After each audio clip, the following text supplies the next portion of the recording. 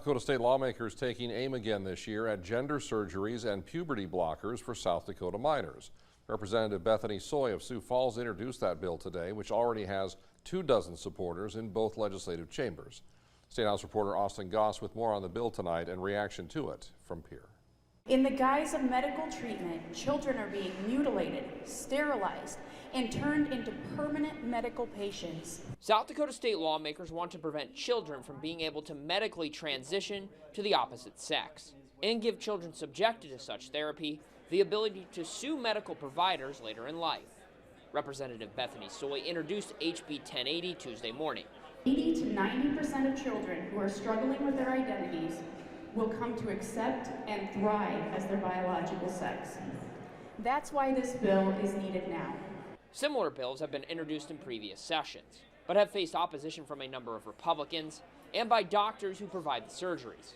However, the issue has received more attention recently, following a report by the National Review and a gender identity forum in Sioux Falls last week. We've heard stories in South Dakota of children as young as 8 years old being injected with cross-sex hormones right here in our state. Children that young, they cannot consent. But the bill still faces an uphill battle. It will face opposition from Democrats and many Republicans. Democrats, like Representative Cameron Nelson, say the bill unfairly targets the LGBTQ community and argues it is a non-issue. A bill like this is absolutely saying to individuals and families that you're not welcome here. And that's not the South Dakota that I know or love to live in. And I hope that my colleagues will see the error of their ways. HB 1080 has been assigned to the Health and Human Services Committee in the House, but does not yet have a hearing date. In Pierre, Austin Goss, Dakota News Now.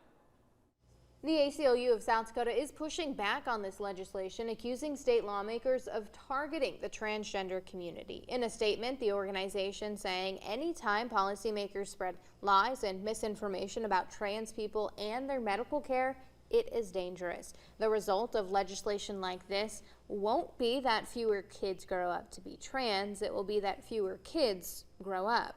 You can read the full statement over at dakotanewsnow.com.